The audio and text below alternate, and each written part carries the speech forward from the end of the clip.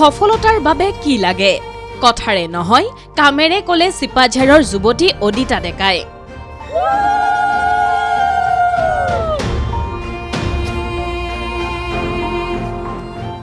আকাশমুখী সপোনৰ যাত্ৰাত আগবাঢ়িবলৈ কেৱল যে মানসিক দৃঢ়তা আৰু উদ্যমেই যথেষ্ট হ'ব পাৰে হিয়া প্ৰমাণ কৰি দিলে 20 বছৰীয়া এইগৰাকী যুৱতীয়ে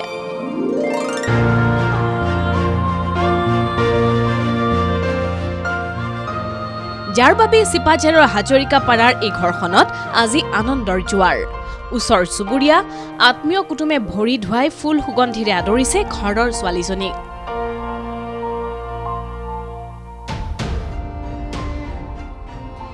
ঘৰৰ চোতালত বাজিছে নাম নাগাৰা তাল অত বছৰৰ কষ্ট পৰিশ্ৰমৰ অন্তত এয়া ঘৰখনৰ লগতে অঞ্চলটোলৈও আনন্দৰ জোৱাৰ মই এনে অনলাইনত চাইছিলোঁ চাই থাকোঁতে এইটো মই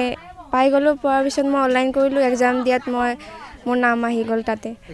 ফাৰ্ষ্টতে বাৰু অলপ কষ্ট হৈছিলে তাৰপিছত লাহে লাহে এইটো ভাল লাগিলে মোক এনেকৈ চাকৰিটো দিয়াৰ কাৰণে ভাৰত চৰকাৰক ধন্যবাদ দিলোঁ এই ক্ষেত্ৰত চিপাঝাৰৰ ঝাকুৱাপাৰা গাঁৱৰ মুকুন্দ ডেকা আৰু অৰ্ণিমা ডেকাৰ জ্যেষ্ঠ কন্যা এয়া অদিতা ডেকা অতি দৰিদ্ৰ পৰিয়ালটো যথেষ্ট কষ্টৰে গাড়ী চলাই পোৱা সামান্য টকাৰে পোহপাল দি আহিছে মুকুন্দ ডেকাই স্বাভাৱিকতেই সপোন চুবলৈ বিচৰা অদিতা ডেকাৰ শৈক্ষিক যাত্ৰাত আছিল আৰ্থিক প্ৰত্যাহ্বানে সৃষ্টি কৰা অনেক বাধা পঢ়াৰ লগতে নাচি আৰু খেলি ভাল পোৱা যুৱতীগৰাকীৰ কেৰিয়াৰ গঢ়াৰ সপোন যেন সীমিত হৈছিল প্ৰত্যাহ্বানৰ প্ৰকোপত কিন্তু সকলো বাধাকে অত্যন্ত দৃঢ়তাৰে একাষৰীয়া কৰি অদিতাই বাছি ল'লে একাগ্ৰতাৰ পথ যি পথত অগ্ৰসৰ হৈ অদিতা উপনীত হ'ল সেই সাফল্যৰ ক্ষণত পুৱা গধূলি নিয়মিত শাৰীৰিক অনুশীলন চলাই কঠোৰ অধ্যাৱসায়েৰে অদিতাই শেহতীয়াকৈ নিযুক্তি লাভ কৰিলে ভাৰতীয় নৌসেনা বাহিনীত অকল ছোৱালীৰ ভিতৰত মাইনাটোৱে পাইছে সৰুৰ পৰা মই বহুত কষ্ট কৰিছোঁ আৰু মোৰ কষ্টখিনি মাইনাটোৱে গোটাইখিনি গম পায় মানে মাইনাই মোক ক'লে এনেকুৱা পাপা মোক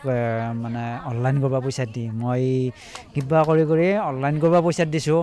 মানে মই সাধাৰণ মানে গাড়ী চলাই ফুৰোঁ তাৰপিছত মানে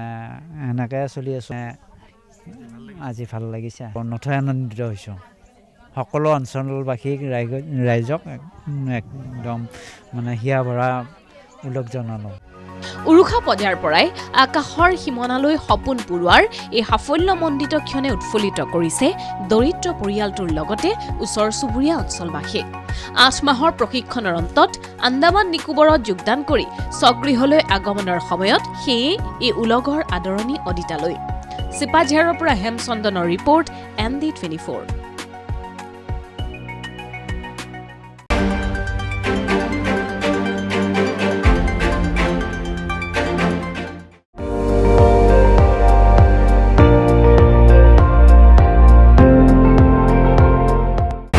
আপুনি চাই আছে ND24